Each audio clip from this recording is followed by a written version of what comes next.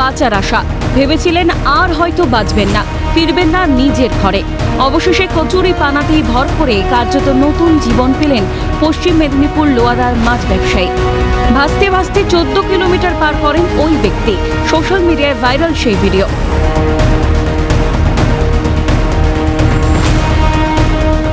পশ্চিম মেদিনীপুরের লোহাদা এলাকার এক ব্যক্তি ওই কংসাবতী নদীতে মাছ ধরতে গিয়েছিলেন জাল নিয়ে, কিন্তু জলের স্রোতে তিনি ভেসে যান। তিনি কুল পাননি ওই নদীর, যার ফলে ওই নদীতে অর্থাৎ কংসাবতী নদীতে যে জলের স্রোত, সেই স্রোতের উপর যে পানা ভেসেছিল, সেই পানার উপরে ভর করে তিনি কোনোরকম প্রাণে বাঁচলেন।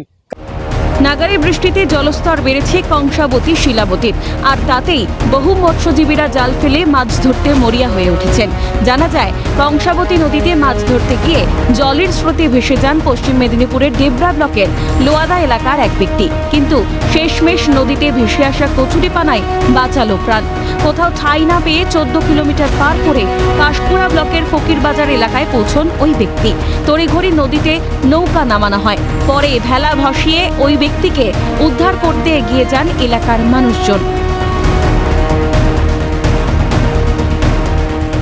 লোয়াদা নন্দবাড়িতে এক ব্যক্তি নদীতে মাছ ধরতে গিয়ে জলে পড়ে যায় এবং নদীতে ভেসে ভেসে আসে।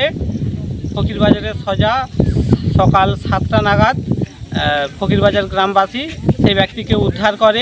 ঘটনার পর এলাকার মানুষকে ধন্যবাদ জ্ঞাপনের পাশাপাশি প্রত্যেককে সচেতন থাকার পরামর্শ দিয়েছেন কাশপুরা 1 নম্বর পঞ্চায়েত সমিতির সহসভাপতি।